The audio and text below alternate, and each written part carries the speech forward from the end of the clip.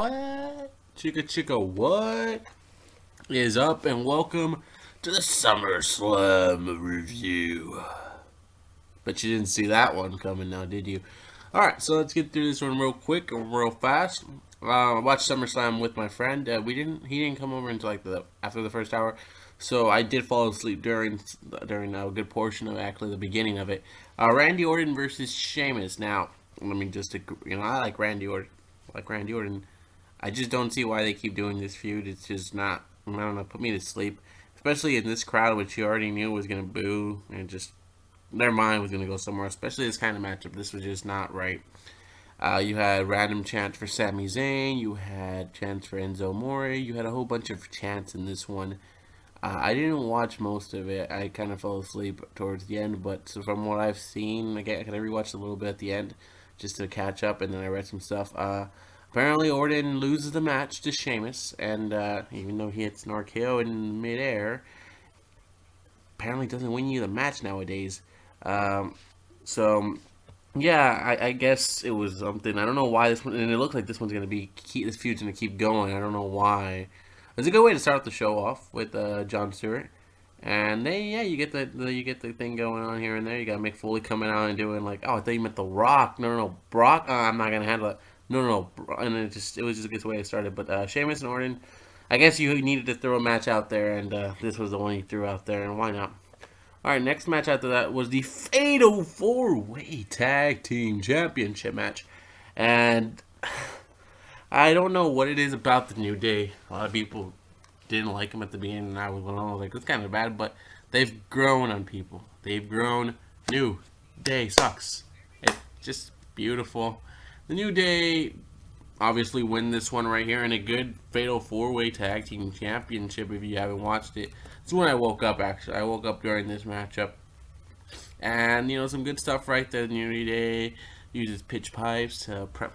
And they do a whole bunch of things, It was a good tag team matchup. I didn't watch most of it, so I can't really tell you that much. But the New Day's win, and you had a good tag team. This is something I guess people have been wanting to watch. And the New Day, one of the best tag teams in the WWE, and they proved it today. Why not? Give them the title again. Okay, they got Rusev versus Dolph Ziggler, the show-off, back into it. And Rusev. Now, this one's going to end in a double count-out, and it looks like this feud's going to keep on going. The crowd going big for Lana. Lana obviously doing a lot of things, Ziggler, Rusev. I love Ziggler. Obviously, he's one of my favorite wrestlers, and I think he should be going after bigger prizes than Rusev. But double count out. Best part of it was probably just Lana going after Summer Rae. Other than that, you got Ziggler super kicking Rusev into announce tables, and you got Rusev getting. It's just I don't know. I thought it would be better, and maybe eventually. I thought when the double count out came out, I was thinking, oh shit, we're about to get a mixed tag team matchup. We're about to get Lana in action for the first time. No, it didn't turn out to be that, and yeah, nothing was really big, and yeah, nothing was solved at all in this matchup, and we're gonna keep going. We're probably getting this one for a couple more probably. And then you had the big one. You had Stephen Amell, the Green Arrow, and the Red Arrow, Adrian Neville, the Man Gravity. Forgot 2 nicknames. This guy's a nickname machine. Against King Barrett and Stardust, the Cosmic what again? Cody Rhodes. You give him a gimmick and he'll run with it. Cody Rhodes and Stephen Amell. This was a good one. I was surprised by how much abuse Stephen Amell took. I was not expecting that. You kind of, when you watch a celebrity in the ring, you just watch them and they only come in and they do good stuff and they do this. But Stephen Amell got in there. He got his ass handed to him. And props to him. I didn't expect to see that, but he was flying high. He was fucking arrowing it. I know he does his own stunts and stuff like that, but he did a great job, honestly. And he won me over as a fan. And I wasn't expecting him to do all that. So good job by him, dude.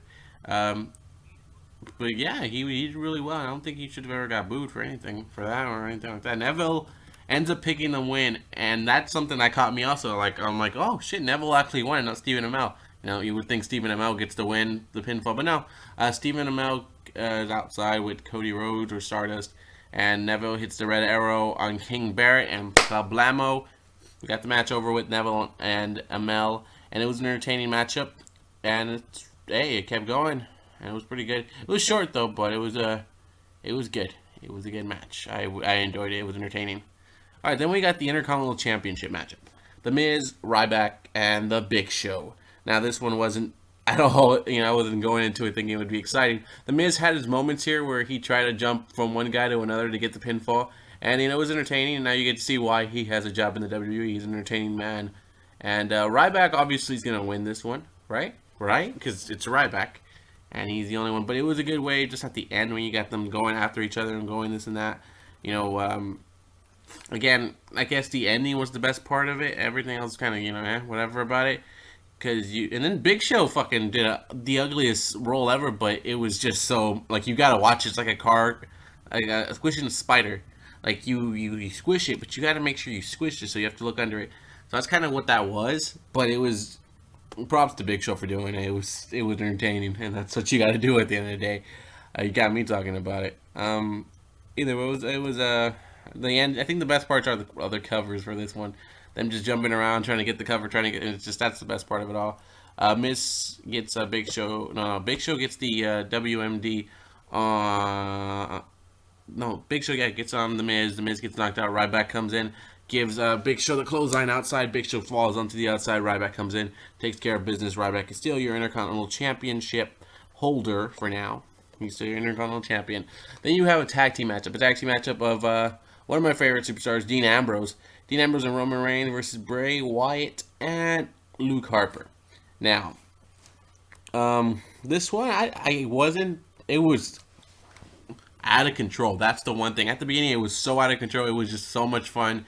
They were going out there, going crazy and doing this and that. They were jump. It was a fun start to it, a good quick start, and that's just what this kind of match needed. It was like bam, bam, and then you get the slow up, and they go back into it.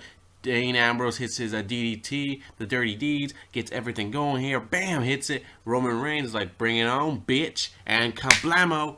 And Bray Wyatt's done, and I was expecting something else. I was thinking. Again, my mind, I wanted a turn. I wanted to see someone turn, but now I didn't. And Roman Reigns and Dean Ambrose win. Something tells me this is still not over.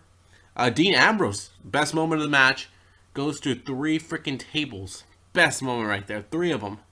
Goes from the Spanish to the French to the English and jumps on outside. And good stuff by Dean Ambrose. He really did it. Oh, the fan chanting Roman sleeping. That was pretty funny too. At midair, Superman punch by Roman Reigns. It was a good match, honestly. It was fun and exciting. It was just a match you should watch. These guys were just going out there and kicking ass. It was a good one. Roman Reigns, and yeah. And then you got one of the main events. I think this should have been like at the end, but it was I guess a good placement. John Cena, the United States Champion, versus the WWE World Heavyweight Champion, Seth Rollins, title versus title. Now you knew. I kind of knew that Seth Rollins would win this, because especially when you put the title versus title.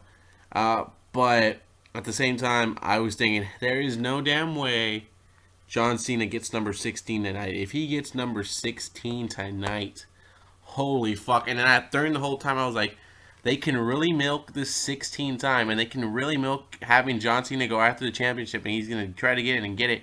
And 16, and those fans that don't like Cena, they'll keep doing it and they'll keep watching it, and this is the best way. And then I'm like, God damn, John Cena is interesting right now. 16, he can't tie the 16 championship up to Ric Flair. He even did the freaking figure 4 just as a way to be like, bitches, I'm coming up. I'm coming up for that 16 right there. Oh my God, me and my friend was obviously saying John Cena is gonna pull off the 16 time. This right here brought the most out of, I think, one of the matches that brought the most interest into both of us. And I was going, come on, Rollins, we gotta get this Rollins in his white getup, his white Power Ranger stuff. I know, right? I know. Seth Rollins, his freaking suicide dive and then his flip over the top rope on John Cena. Holy shit. It was beautiful. Rollins hits a frog splash as well. He delivers an attitude adjustment to him. At that point, I was like, now John Cena's going to have to hit a pedigree, and that's the way he does it. That's the way he wins. Triple H somehow get his move to become the 16-time world champion. And then he gets the figure 4 on him. Didn't really work out. And then you see Jon Stewart running down the ring with a chair. And at that point, I'm thinking, he's about to screw Seth Rollins. And then you can start seeing him line up, and you're like, oh shit, he's about to turn on John Cena. And I'm like, this just makes sense because he said he was a real wrestling fan, and real wrestling fans like him do not want to see a guy like John Cena break the record of Ric Flair 16 times, because that right there is something you don't want to ever let go. 16-time World Heavyweight Champion, no one has ever done it. You can name them all, they've never gotten close to it. The Rock, The Undertaker, Triple H is almost there, but not there yet. Never, probably Shawn Michaels. No, you just keep naming them and naming them, but John Cena of all people, the people that don't like him. Either way, this match was awesome. Seth Rollins just showed you tonight why he is one of the best in this business, and Rollins, props to that guy. He is a beast. John Cena, again, showing you why he delivers. He delivers. You might not like him or nothing. He might be doing the same shit over and over again, but he knows how to make it good. He knows how to make it entertaining. It's just the way it is. Good match by that one. That was a good one right there. Crowd was going crazy. Crowd liked it. Okay, next was a match that really kind of let me down. The Divas match, Team Bella versus Team Bad versus PCB. It had some good spots here and there, I'm not going to lie, with Banks, Naomi, all the Divas jumping out. But after that, after Team Bad got eliminated, it was just a beat down of Paige, and Team Bella just kind of, and then it was just kind of boring, I guess. I don't know, it just was boring. To me, it was just not, I was like, okay. I was expecting like to be pretty awesome, pretty amazing. You had some great moments here. You had an Alabama slammer that looked like it just took her heads out. And then you had the double feet to the face of, that hurt. Charlotte and Alicia Fox, pretty good stuff too. But, again, it kind of just wasn't, you kind of had this big hype around, like, it's the Diva Revolution, this is going to change everything. And then, they pulled some good stuff, but it just didn't have that. It just wasn't there. And then the fans weren't really into it neither that well. They're kind of just sitting down, and that kind of kills it. But let's go on to the next one. Here we go. Owen Cesaro. I think the fans should have been going crazier for this one. This was a good match, and you kind of knew it. Owens and Cesaro, two guys who can show off, especially fucking Kevin Owens. This man is a damn beast. Came out of NXT TakeOver, giving one of the best matches of the night. Coming into this, now giving one of the best matches of the night. They could have possibly still show up. The fans were getting off their seats and giving some shit. Pretty good move, pretty good match by these two guys. You got the pop-up powerbomb that's going to win Owens, obviously, but you had Owens with spinning neck breakers and then a somersault leg drop. That right there, I was like, holy shit, he pulled that. I'm like, I could do that. And I tried doing it, and I couldn't even, like, lift my head up. I was like, oh, my back, I threw my back out. Cesaro was actually doing some crazy stuff, too. So, this was a good match right here. And, again, one of the best ones of it, and this was a good one to watch. So now we get to the main event, which is Brock Lesnar against The Undertaker. Main event match.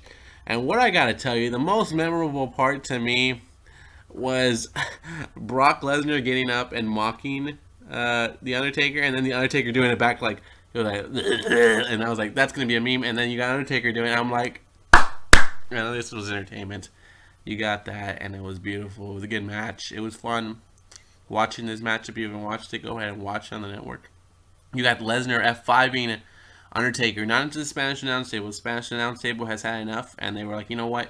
We're going to get a third announce table. Get the French table. You're going to start putting people through that table because we've had enough of your Spanish announce table being dropped into it. So the French table got the worst of Undertaker getting into it. And if anybody knows how the Mountain Dew is doing, please let me know because I am concerned about the Mountain Dew. He was in the middle of all that. If you don't look, go watch back at it and watch the Mountain Dew. I don't think he survived. I don't know if he did or if he didn't. I don't know. I'm hoping the best for the Mountain Dew bottle. Prayers go out to the Mountain Dew bottle.